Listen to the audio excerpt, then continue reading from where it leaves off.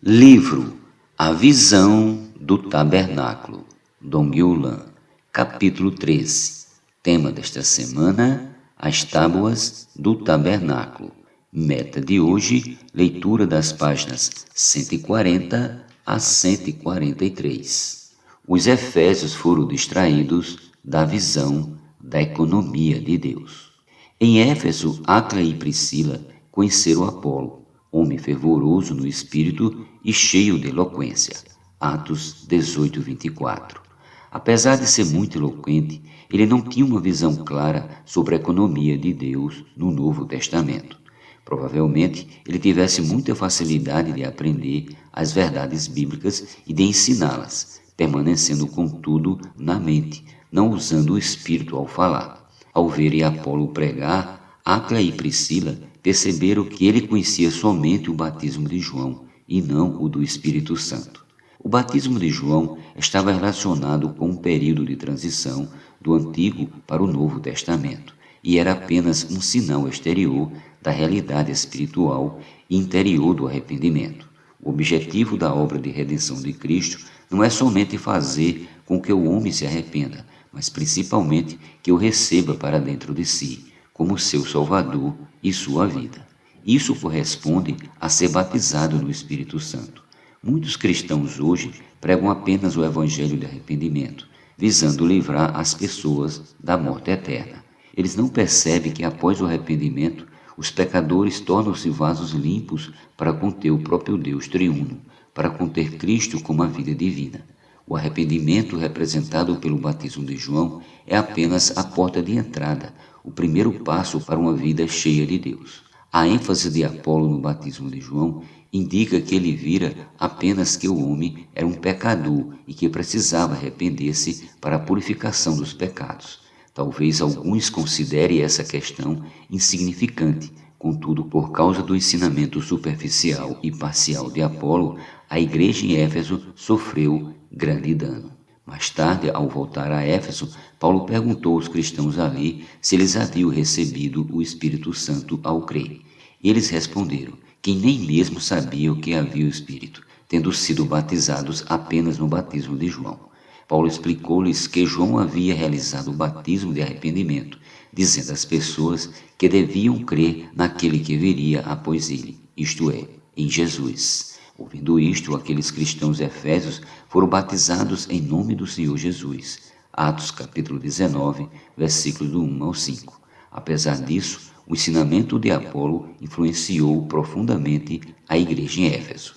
Em sua quarta jornada, Paulo chegou a Roma, onde ficou aprisionado e ali escreveu a carta aos Efésios. Sem dúvida, essa é a carta mais elevada e profunda do Novo Testamento.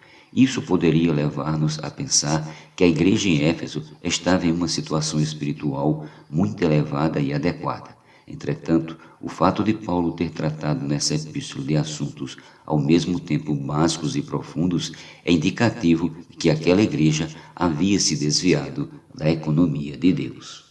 A igreja em Éfeso fora cuidada espiritualmente por Paulo, que lhe ministrava palavras saudáveis. Certamente Paulo falou aos cristãos daquela cidade a respeito da economia de Deus no Novo Testamento, do ministério da vontade de Deus e sobre a vida normal da igreja. Entretanto, alguns dentre eles começaram a ensinar diferentemente de Paulo, desacreditando-o como apóstolo de Deus. Podemos ver um pouco da situação da igreja em Éfeso nas epístolas de Paulo a Timóteo.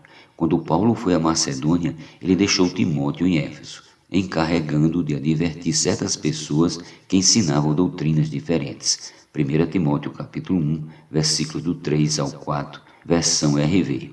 Esse ensinamento diferente eram os mitos de analogia sem fim e a lei, versículos 4 e do 7 ao 8.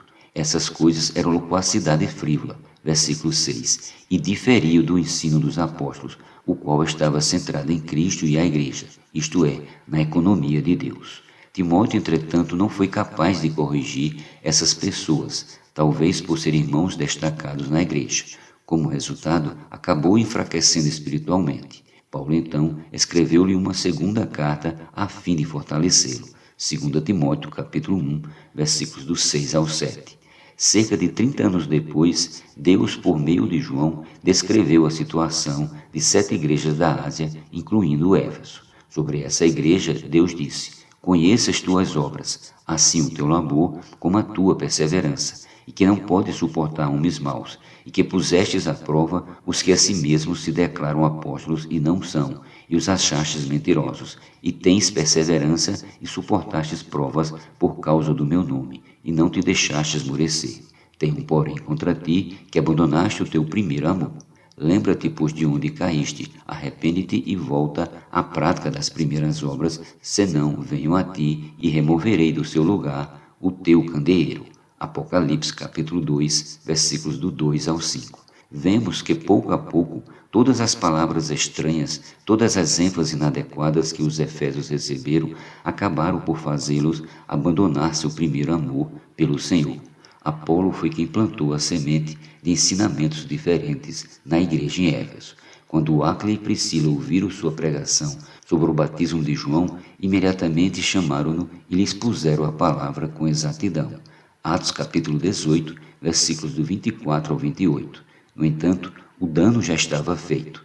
O que ocorreu com a igreja em Éfeso demonstra fortemente a grande necessidade que Deus tem de pessoas, especialmente casais, com clareza sobre sua economia e dispostos a servi-lo. Se um casal investe seu tempo disponível, apacentando irmãos novos, constituindo-se da palavra de Deus, pregando o Evangelho, exercitando o Espírito, buscando a comunhão constante com o Senhor, certamente ser-lhe-á muito útil. Casais assim são diretamente responsáveis pelo crescimento em número e em vida da igreja. E são também como sentinelas que impedem que qualquer ensinamento estranho ou qualquer prática mundana ou pecaminosa entre na igreja. Os casais devem almejar ser tais como Áquila e Priscila.